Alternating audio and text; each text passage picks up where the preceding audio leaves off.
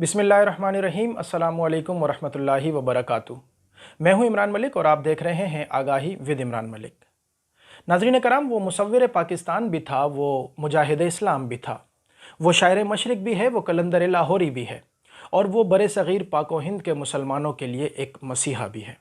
जी हाँ, मेरी मुराद डॉक्टर मोहम्मद इकबाल हैं। जी हाँ, 9 नवंबर 1877 को शेख नूर मोहम्मद के यहाँ उनके साहबजादे की विलादत हुई, जिनका नाम उन्होंने मोहम्मद इकबाल रखा।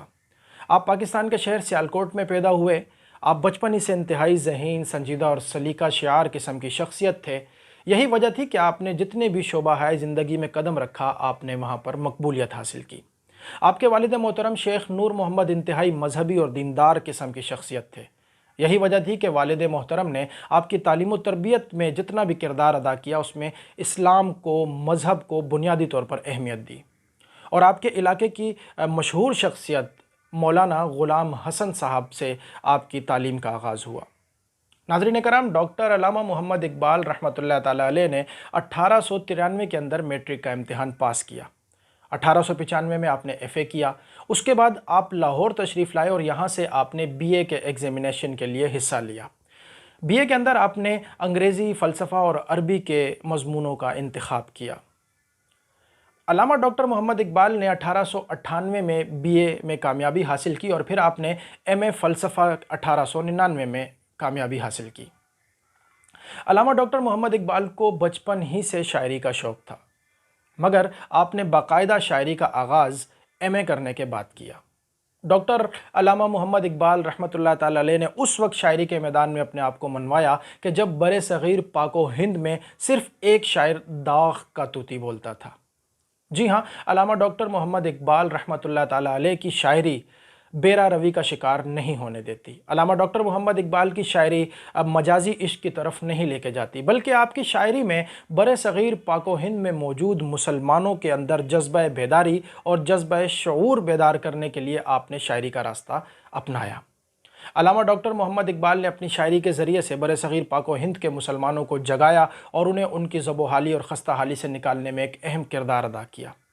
अल्लामा डॉक्टर मोहम्मद इकबाल रहमतुल्लाह ताला अलैह ने 25 अक्टूबर 1905 को इंग्लिस्तान का सफ़र किया आला तालीम हासिल करने के लिए, जहाँ पर उन्होंने कैम्ब्रिज यूनिवर्सिटी से बैरिस्टर की डिग्री पास की। आपने अपने पेशे के लिहाज से जिस शोबे को रखा उसमें वकालत था। अल्लामा डॉक्टर मोहम्मद इकबाल की ज़िंदगी का एक बहुत बड़ा वाक़या ये वाक़या था कि जब 13 अप्रैल 1919 को, जी हाँ, 13 अप्रैल 1919 को अमृतसर के शहर जलियांवाला बाग के अंदर जब जनरल डेयर ने हज़ारों मुसलमानों पर सरेआम फायरिंग की, जिसमें सैकड़ों मुसलमान शहीद हुए, इस वाक़े के बाद अल्लामा डॉक्टर मोहम्मद इकबाल के दिल पर इस वाक़े ने एक बहुत बड़ा सदमा छोड़ा।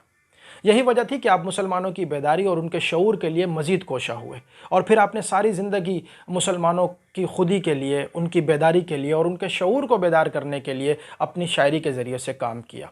आपकी शायरी ने बरे सग़ीर पाक व हिंद में एक हलचल मचा दी। आप मुख्तलिफ़ अंजुमन और मुख्तलिफ़ तंजीमों में सरबराह की हैसियत से भी काम करते रहे। बिलाखिर ये एक अज़ीम हस्ती, एक अज़ीम सपूत, मुसव्विर पाकिस्तान, शायर मशरिक कहलाने वाले और बरे सग़ीर पाक व हिंद के मुसलमानों को ज़बोहाली से अपनी शायरी के ज़रिए से निकालने वाली अज़ीम शख्सियत अल्लामा डॉक्टर मोहम्मद इकबाल 21 अप्रैल 1938 को इस दार फ़ानी से कूच कर गए।